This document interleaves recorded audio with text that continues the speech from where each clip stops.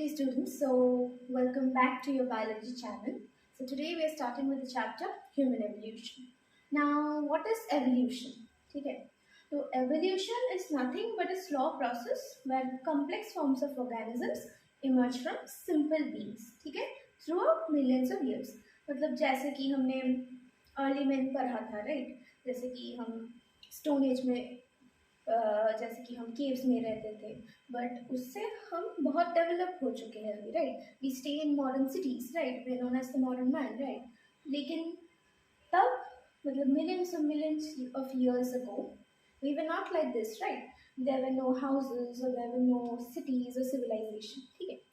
But now that change or that slow process is only known as evolution, ठीक है? Now there are different theories of evolution, ठीक है? So those two theories are the theory of acquired characters and the theory of natural selection, ठीक है?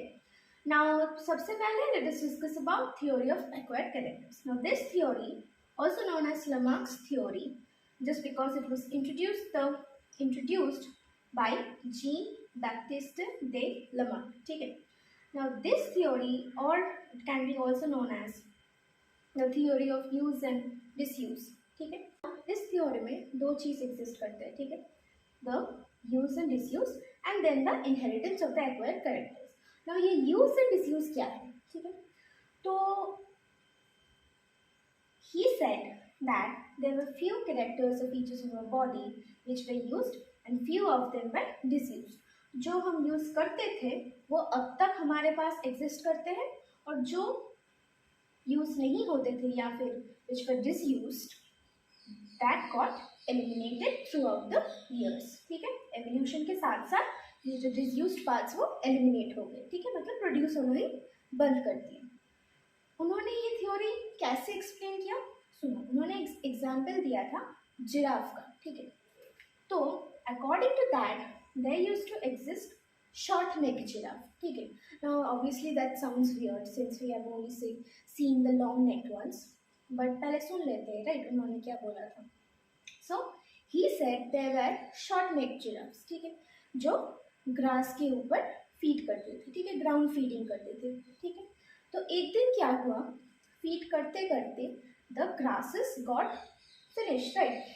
एक time पे जाके तो फूड खत्म होगा ना, मतलब ओवर ग्रेजिंग हमने पढ़ा है, राइट? तो ओवर ग्रेजिंग के वजह से the grasses got eliminated, right? Grasses grow करना बंद कर दिए. तो इसका मतलब क्या हुआ कि they won't get any food? No ना. So for that, for getting food और in the search of food, they started reaching out to the trees, ठीक है? जो ऊंचे ऊंचे ट्रीज है, तो वो ट्रीज में जाके फिर फीड करने लगे. तो जब छोटे ट्रीज के भी लीव्स खत्म हो गए, पत्ते खत्म हो गए, तो उन्होंने चाहा कि वो उससे भी ऊंचे जो पेड़ है उससे पत्ते खाएंगे, ठीक है? तो ये करते करते क्या हुआ, that due to that search of food और due to the neck stretching, the neck got elongated, ठीक है? मतलब कि in search of food they modified themselves, right? Or in search of food and survival they adapted themselves, ठीक है? तो उसी तरीके से the short necked giraffes became the long necked ones. Now I know this sounds weird, ठीक है? फिर उन्होंने क्या कहा कि those characters which got modified they were inherited to the next generations, right? Now that is only known as the inheritance of acquired characters. मतलब जो characters उन्होंने acquire किए throughout the years, ठीक है? Those characters were inherited. इसीलिए शायद हम लोग अभी सिर्फ long necked giraffe ही देख सकते हैं, क्योंकि वो चेंज होते होते एक दिन वो acquired characters ही inherit हो गए, according to Lamarck's theory, ठीक है?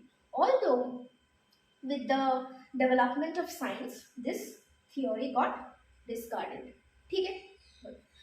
Next we need to know about these vestigial organs. Now what are those vestigial organs? Now vestigial organs are those which were used previously but are not used in the recent times. मतलब शायद बहुत साल पहले ये चीज़ें use होते थे पर अभी नहीं होते.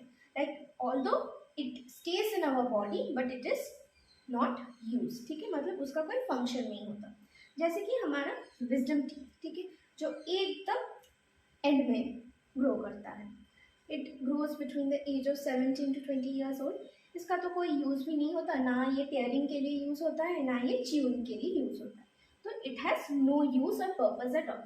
सिमिलरली वर्मीफॉर्म अपेंडिक्स नाम का एक ऑर्गन है जो हमारे लार्ज इंटेस्टाइन से ही एक्सटेंड आउट होता है. तो this appendix was mainly used for the digestion of cellulose. ठीक है, नाउ सेल्यूलोज हम सबको पता है it is present in plants. ठीक है, but we eat cooked food now, right. So cooked food eat करने की वजह से we don't consume that much of cellulose at all. ठीक है, तो इसी वजह से अपेंडिक्स का अभी कोई काम नहीं होता.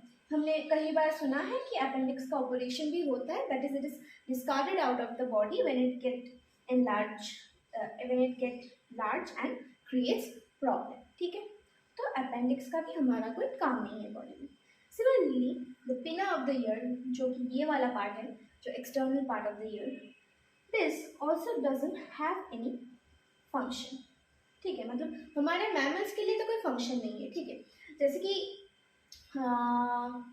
मतलब डियर्स में या फिर डॉग्स में दे समटाइम्स यूज देयर पिना, they can move their pinna in order to capture sounds. ठीक है, पर हम में स्पेसिफिकली ह्यूमंस में इस पिना का कोई काम नहीं है, स्पेसिफिक फंक्शन नहीं. It just serves as a medium and nothing else. हम पिना को मूव नहीं कर सकते, हम हमारे कान को ऐसे हाथ के अलावा तो ऐसे हिला नहीं सकते ना खुद से. तो पिना का भी हमारा कोई काम नहीं है. So it is considered as a vestigial organ sole. ठीक है, good. Next comes the theory of natural selection, which was introduced by famous scientist Charles Darwin. ठीक है, now Charles Darwin का ये जो theory of natural selection, it's mainly based on the fact of the survival of the fittest. ठीक है, now इसमें हम थोड़ी देर बाद आते हैं. पहले जो फर्स्ट वाले क्लॉजेस है डिस्कस कर लेते हैं. So the first clause of this theory is over production. ठीक है, the theory says that many organisms over produce. क्यों करते हैं?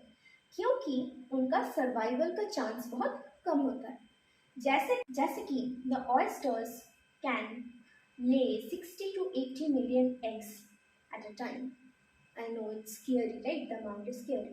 तो इसका मतलब तो ये नहीं ना कि there are those 60 to 80 million oysters are surviving, right? अगर ऐसा होता तो पूरा अर्थ ही oysters से covered हो जाता. तो ऐसा नहीं होता ना. तो क्यों नहीं होता? क्योंकि those hardly few of them survives from those 60 to 80 million eggs. ठीक है, तो इसी वजह से there is overproduction. You have to know more the chances of survival, less the production. ठीक है, और less the chances of survival, more the production.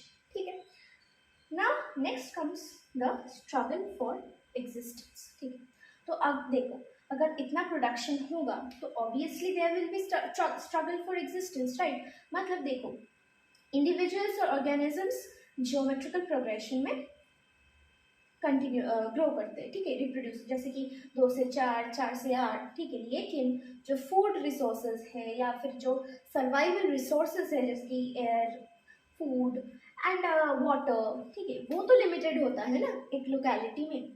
तो उसी चीज़ को इकट्ठे करने के लिए there are struggle for existence. मतलब जो मारपीट होता है, राइट, और the fittest one only gets the food. ठीक है, अगर इतने सब जैसे कि मैंने ऑयस्टर्स का एग्जांपल दिया था, अगर 40 to 80 मिलियन ऑयस्टर्स सर्वाइव कर जाते हैं तो वो उन्हें फूड कैसे मिलेगा, right.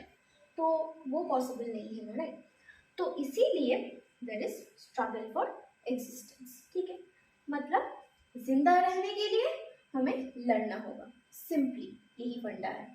Next comes the variation. Now due to the struggle for existence, few of them are able to adapt. ठीक है, adaptation क्या होता है? न्यू फीचर्स या कैरेक्टर्स ग्रो करना अपने आप, so that they can collect the food and they can survive in the environment, right. तो इसी वजह से वेरिएशन आता है।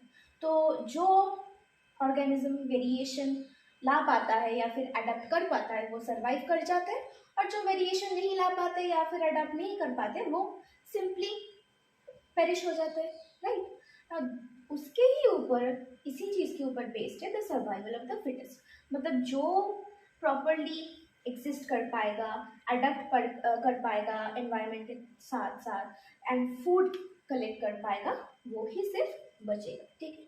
और it can simply mean it is natural selection, मतलब nature selects those special individual, nature ही अलाउ करता है कि दोज इंडिविजुअल अडेप्ट कर जाए अपने एनवायरनमेंट के साथ और बच जाए, ठीक है। तो that theory explains the survival of the fittest, ठीक है, समझ गए, good. Now what is speciation? Speciation is nothing, जो न्यू अडेप्टेशंस के साथ न्यू ऑर्गेनिजम्स ग्रो करते हैं, दोज आर द स्पेसिएशन, ठीक है, मतलब जो स्पीसीज में न्यू चेंजेस आते हैं एंड फिर वो ग्रो करते हैं, दैट इज ओनली स्पेसिएशन, ठीक है। ना ये जो डार्विन का थ्योरी है ना, तो इसमें डार्विन एक्सप्लेन नहीं कर पाए कि वो जो चेंजेस आते हैं वो कैसे आते हैं, ठीक है। उन्होंने तो बोल दिया कि वो नेचर ने उनको सिलेक्ट किया, पर वैसे तो नहीं हो सकता, right, obviously there is a scientifical reasoning. So क्योंकि डार्विन वो एक्सप्लेन नहीं कर पाए, तो that theory of natural selection also got discarded afterwards, ठीक है। But with the development of the field of genetics, the reasons or the reasons were explained, ठीक है। Now that theory where the reasons of those changes were explained, that theory is known as neo darwinism, ठीक है। Now neo darwinism के through हम evolution के बारे में सब कुछ क्लियरली जानते हैं, ठीक है। Although Darwin is still known as the father of evolution, ठीक है, क्योंकि जो बेसिक एवोल्यूशन का है उन्होंने ठीक ठाक ही इंट्रोड्यूस किया था, ठीक है। Now another topic comes is the industrial melanism, ठीक है। ये भी कुछ सर्वाइवल ऑफ द फिटेस्ट या फिर स्ट्रगल फॉर एग्जिस्टेंस इसी चीज़ों के ऊपर बेस्ड है, ठीक है। Now there was a species of butterflies known as the peppered moths, or the scientifically we call them as Biston Betullaria, ठीक है। Now those Biston Betullaria had two variations, ठीक है, एक light variation और एक dark variation, ठीक है। Now industrial revolution के पहले जब there was clean environment and there were rich growth of lichens and other plants, ठीक है, मतलब जब greenery ज़्यादा हुआ करता था, तो तब the light colored moth easily camouflaged with those lichens or hid behind those lichens and survived easily, whereas those dark varieties could not hide in those lichens and were easily spotted by the birds and eaten by them. So what happened due to that? The dark variety was very less in number and the light variety existed more in number, ठीक है। लेकिन और ये mainly Manchester शहर के वहाँ पे दिखाई देता है, ठीक है। Now after industrial revolution there were growth of industries, and growth of industries obviously came with growth of pollution and environment destruction, right?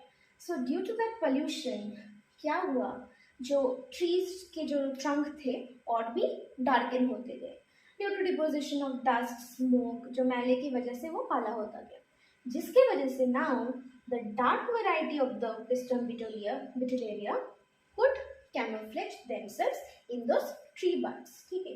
उससे क्या हुआ, birds couldn't see this variety and due to the growth of pollution the lichens का amount भी कम हो गया, ठीक है। Lichens के अमाउंट कम होने की वजह से the light ones could be easily now spotted by the birds, ठीक है, जिसके वजह से the birds then feeded on the light ones and the dark ones survived, ठीक है। मतलब एक पूरा फूड चेन का पूरा फूड चेन ही चेंज हो गया, right. This caused the industrial melanism, melanism मतलब मेलानिन से आता है, जो कलर से आता है. So this means the industrial melanism is also a proof of evolution, or we can also see the destruction of the environment by pollution. ठीक है, I hope you have clearly understood the concept. Okay, so now comes the human evolution. ठीक है, मतलब human जो जो apes थे, तो ape से human तक, modern man तक किस stages के थ्रू आके फिर डेवलप हुए. ठीक है, फर्स्ट थे रैमोपिथेकस, फिर आए ऑस्ट्रालोपिथेकस, फिर आए होमो इरेक्टस, फिर आए Neanderthal man, then came the Cro-Magnon, then the Homo sapiens or the Homo sapiens sapiens, which is now also known as the modern man. ठीक है, तो थ्रू आउट द इयर्स बहुत सारे एवोल्यूशनरी चेंजेस के बाद we reach till here. ठीक है, तो दो what factors changed, right? So those factors are the bipedalism, cranial capacity, size of the canine teeth, forehead and brow ridges, development of chin, body hair, height and posture. ठीक है, तो देखो Ramapithecus were almost ape-like. ठीक है, just that they could walk in 2 feet. इसके अलावा almost they were like the apes only. ठीक है, फिर आए ऑस्ट्रालोपिथेकस. ठीक है, ऑस्ट्रालोपिथेकस के टाइम पे वो धीरे धीरे बाइपेडलिज्म पे ग्रो करने लगे, मतलब अच्छे से वो दोनों पैर पे चल सकते थे. ठीक है, फिर आए होमो इरेक्टस. ठीक है, होमो इरेक्टस के वक्त वो प्रॉपर बाइपेडलिज्म उन्होंने एक्वायर कर लिया और वो सीधा खड़े हो सकते थे. ठीक है, दे वर नॉट बेंडिंग. ठीक है, नेक्स्ट कम्स द फिर वो होते होते फिर वो बाइपेडलिज्म और भी डेवलप होते गए. धीरे धीरे वो दोनों पैर से बहुत अच्छे से चलने लगे, दौड़ने लगे, and then we finally reach the Homo sapiens sapiens, where we can easily walk, run, jump through with our 2 feet. Right. Next comes the cranial capacity. Now, what is cranial capacity? Now, cranial capacity is nothing but the capacity of our cranium. ठीक है, मतलब जो brain के ऊपर जो skeleton का covering होता है cranium, उसका साइज. ठीक है, और द वॉल्यूम. ठीक है, तो जितना वक्त बढ़ता गया the cranial capacity starts to increase. ठीक है, जैसे कि ऑस्ट्रालोपिथेकस के वक्त the cranial capacity was 450 to 600 centimeter cube. Then Homo erectus के वक्त वो 680 से 735 centimeter cube. And now the modern man, we have reached up to even 600 centimeter cube of cranial capacity. सो इस क्रेनियल कैपेसिटी बढ़ने के जो बढ़ रहे हैं, और जो अभी 1600 सेंटीमीटर क्यूब है, जो कि 450 से बहुत ज़्यादा है, इससे हम और क्या समझ सकते हैं? सिंपली जो हमारी सोचने की जो क्षमता है, that is our brain has also developed with the cranial capacity. Right, जो रैमोपिथेकस के वक्त जो वो नहीं सोच सकते थे, वो हम मॉडर्न मैन इजीली सोच सकते हैं. राइट, इसीलिए there are now different types of scientific inventions and many other things. जितना जितना वक्त बढ़ता जा रहा है, हमारा क्रेनियल कैपेसिटी बढ़ता जा रहा है, and we are becoming more intelligent, और we are becoming suitable for thinking in higher standards. Right, next comes the size of canine teeth. Now जितना वक्त होता गया ऑस्ट्रालोपिथेकस से जब हम मॉडर्न मैन तक आए, तो size of the canine teeth also reduced. ठीक है, क्योंकि देखो पिछले समय जब रैमोपिथेकस और ऑस्ट्रालोपिथेकस, they didn't used to eat proper cooked foods, right? They didn't know how to properly cook foods, so they need a lot of tearing power, right? And we know that tearing we have to do it with our canine teeth. They also ate various raw food, right? So due to that, they needed large canine teeth, right, or more sharper canine teeth. So that is why they had more larger canine teeth than the Homo sapiens sapiens. ठीक है, next comes the forehead and brow ridges. Now forehead उन लोगों का बहुत ही छोटा था, and there was no shape at all. Homo sapiens, Rhamapithecus और Australopithecus के टाइम पे. फिर जितना वक्त बढ़ता गया, और निएंडरथल मैन, क्रो-मैग्नन, होमो सेपियंस सेपियंस, उन लोगों का धीरे धीरे फोरहेड अच्छे से डेवलप होने लगा, अच्छे एंगल, फिर प्रॉपर शेप वी इवॉल्व। ठीक है, next comes the development of the chin. सबसे पहले तो होमो इरेक्टस तक there was no proper chin only, जो प्रॉपर जॉ, हमारा जो जॉ लाइन है, प्रॉपर चिन है जो हम मूव कर सकते हैं अभी, वो ऑस्ट्रालोपिथेकस, रामापिथेकस और होमो इरेक्टस के वक्त पे था ही नहीं ऑलमोस्ट। ठीक है, था ही नहीं। फिर जब निएंडरथल मैन आया, निएंडरथल मैन के वक्त से द चिन डेवलप। ठीक है, एक स्ट्रॉन्ग मूवेबल जॉ भी डेवलप हुआ निएंडरथल मैन के समय से। ठीक है, उससे पहले there was no proper jaw और चिन। ठीक है, और अभी तो हमको पता ही है कि modern man has a properly developed chin and jaw. Next comes the body hair. ठीक है, तो एप्स का तो हम लोगों को पता ही है, they were fully covered in body hairs because almost they resembles the chimpanzees, right. So जो जब वक्त बढ़ता गया और the human started to evolve and became the Homo sapiens, the body hair started reducing. Where the Ramapithecus and the Australopithecus has dense growth of body hair, here Homo sapiens has very less body hair compared to those two, right? ठीक है, जितना वक्त आगे बढ़ता गया we evolved and the body hairs reduced. ठीक है, good. Next comes the height and the posture. ठीक है, वक्त के साथ साथ रामापिथेकस, ऑस्ट्रालोपिथेकस से जब हम होमो सेपियंस तक पहुंचे, ह्यूमंस का हाइट बढ़ता गया। मैं नहीं बोल रही हूँ कि सभी लंबे हैं अभी भी, या फिर कोई भी अभी शॉर्ट हाइटेड नहीं है, नहीं, I am talking about the average, right.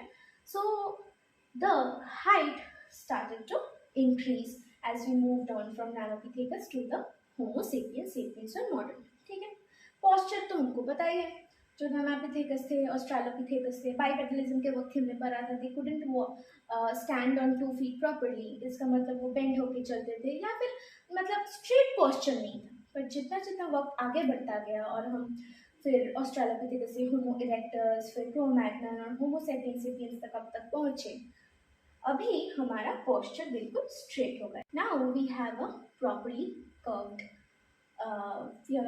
Curved vertebra and a proper posture. ठीक है, तो इसी के साथ हमारा ह्यूमन एवोल्यूशन का चैप्टर खत्म होता है।